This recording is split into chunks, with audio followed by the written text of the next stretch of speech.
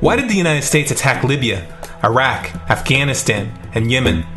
Why are U.S. operatives helping to destabilize Syria?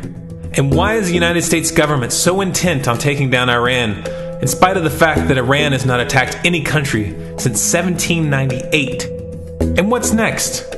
What are we headed for? When you look at the current trajectory that we're on, it doesn't make any sense at all if you evaluate it based on what we're taught in school. And it doesn't make any sense if you base your worldview on the propaganda that the mainstream media tries to pass off as news. But it makes perfect sense once you know the real motives of the powers that be. In order to understand those motives, we first have to take a look at history. In 1945, the Bretton Woods Agreement established the dollar as the world reserve currency, which meant that international commodities were priced in dollars. The agreement, which gave the United States a distinct financial advantage, was made under the condition that those dollars would remain redeemable for gold at a consistent rate of $35 per ounce. The United States promised not to print very much money, but this was on the honor system, because the Federal Reserve refused to allow any audits or supervision of its printing presses. In the years leading up to 1970, expenditures in the Vietnam War made it clear to many countries that the U.S. was printing far more money than it had in gold. And in response, they began to ask for their gold back. This, of course, set off a rapid decline in the value of the dollar. The situation climaxed in 1971 when France attempted to withdraw its gold and Nixon refused. On August 15th, he made the following announcement. I have directed the Secretary of the Treasury to take the action necessary to defend the dollar against the speculators. I have directed Secretary Connally to suspend temporarily the convertibility of the dollar into gold or other reserve assets, except in amounts and conditions determined to be in the interest of monetary stability and in the best interest of the United States. This was obviously not a temporary suspension, as he claimed, but rather a permanent default. And for the rest of the world who had entrusted the United States with their gold, it was outright theft. In 1973, President Nixon asked King Faisal of Saudi Arabia to accept only U.S. dollars as payment for oil and to invest any excess profits in U.S. Treasury bonds, notes, and bills. In return, Nixon offered military protection for Saudi oil fields. The same offer was extended to each of the world's key oil-producing countries, and by 1975, every member of OPEC had agreed to only sell their oil in U.S. dollars. The act of moving the dollar off of gold and tying it to foreign oil instantly forced every oil-importing country in the world to start maintaining a constant supply of Federal Reserve paper. And in order to get that paper, they would have to send real physical goods to America. This was the birth of the petrodollar. Paper went out, everything America needed came in, and the United States got very, very rich as a result. It was the largest financial con in recorded history.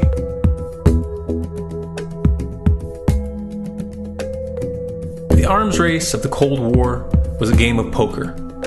Military expenditures were the chips, and the U.S. had an endless supply of chips. With the petrodollar under its belt, it was able to raise the stakes higher and higher, outspending every other country on the planet, until eventually U.S. military expenditures surpassed that of all other nations in the world combined. The Soviet Union never had a chance. The collapse of the communist bloc in 1991 removed the last counterbalance to American military might. The United States was now an undisputed superpower with no rival. Many hoped that this would mark the beginning of a new era of peace and stability. Unfortunately, there were those in high places who had other ideas.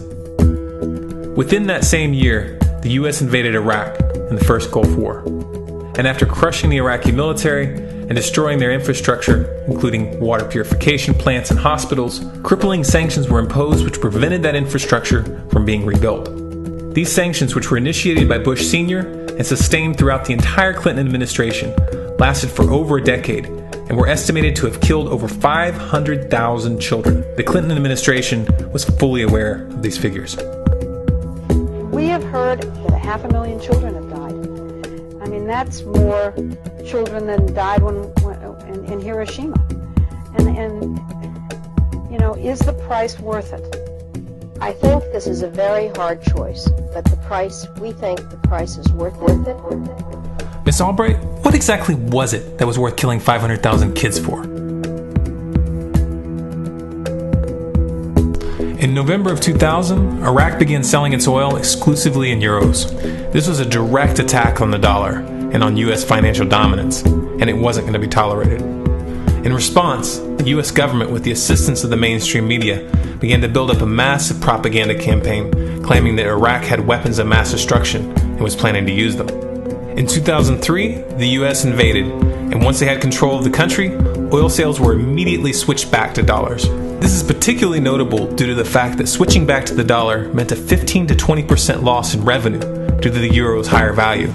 It doesn't make any sense at all unless you take the petrodollar into account. So I came back to see him a few weeks later, and by that time we were bombing in Afghanistan. I said, "Are we still going to war with Iraq?" And he said, "Oh, it's worse than that." He said, he reached over on his desk, he picked up a piece of paper, he said, I just got this down from upstairs, meaning the Secretary of Defense's office today, and he said, "This is a memo that describes how we're going to take out 7 countries in 5 years, starting with Iraq and then Syria, Lebanon, Libya, Somalia, Sudan, and finishing off Iran. Let's take a look at the events of the past decade and see if you see a pattern. In Libya, Gaddafi was in the process of organizing a bloc of African countries to create a gold-based currency called the dinar, which they intended to use to replace the dollar in that region. US and NATO forces helped destabilize and topple the Libyan government in 2011, and after taking control of the region, US armed rebels executed Gaddafi in cold blood and immediately set up the Libyan central bank. Iran has been actively campaigning to pull oil sales off of the dollar for some time now, and it has recently secured agreements to begin trading its oil in exchange for gold. In response, the US government, with mainstream media assistance, has been attempting to build international support for military strikes on the pretext of preventing Iran from building a nuclear weapon. In the meantime, they established sanctions which US officials openly admit are aimed at causing a collapse of the Iranian economy. Syria is Iran's closest ally, and they are bound by mutual defense agreements. The country is currently in the process of being destabilized with covert assistance from NATO, and though Russia and China have warned the United States not to get involved, the White House has made statements within the past month indicating that they are considering military intervention. It should be clear that military intervention in Syria and Iran isn't being considered. It's a foregone conclusion, just as it was in Iraq and Libya. The U.S. is actively working to create the context which gives them the diplomatic cover to do what they already have planned. The motive for these invasions and covert actions becomes clear when we look at them in their full context and connect the dots. Those who control the United States understand that even if a few countries begin to sell their oil in another currency, it will set off a chain reaction and the dollar will collapse. They understand that there is absolutely nothing else holding up the value of the dollar at this point, and so does the rest of the world. But rather than accepting the fact that the dollar is nearing the end of its lifespan, the powers that be have made a calculated gambit.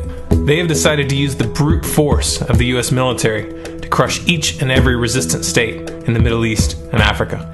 That in itself would be bad enough, but what you need to understand is that this is not going to end with Iran. China and Russia have stated publicly and on no uncertain terms that they will not tolerate an attack on Iran or Syria.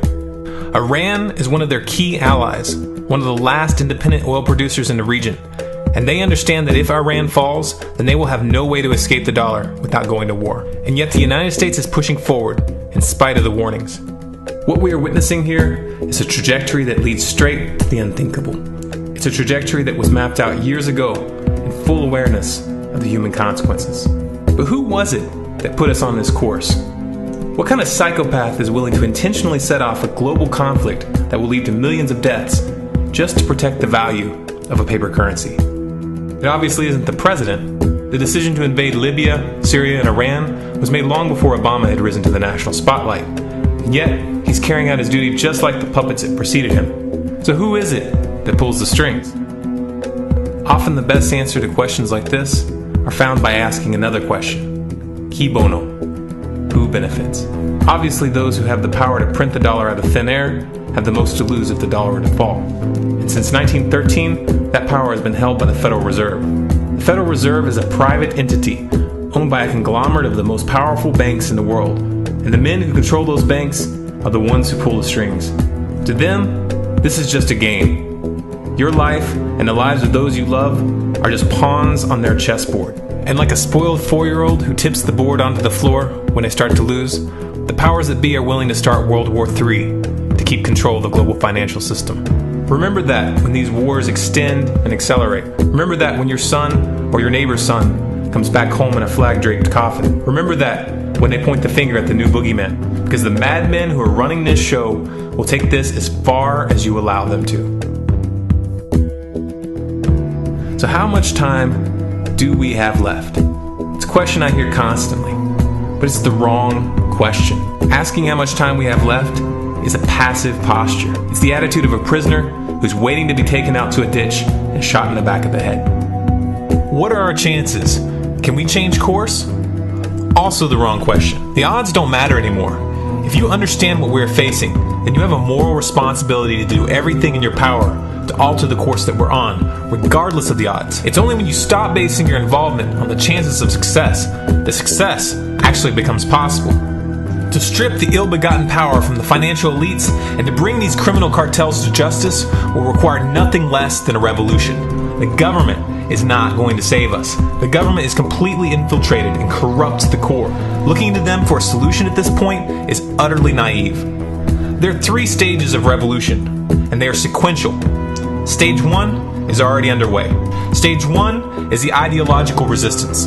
In this stage, we have to actively work to wake up as many people as possible about what is happening and the direction we're headed. All revolutions originate from a shift in the mindset of the population, and no other meaningful resistance is possible without it. Success in this stage of the game can be measured by the contagion of ideas. When an idea reaches critical mass, it begins to spread on its own and seeps into all levels of society. In order to achieve that contagion, we need more people in this fight. We need more people speaking out, making videos, writing articles, getting this information onto the national and international stage. And we especially need to reach the police and the military.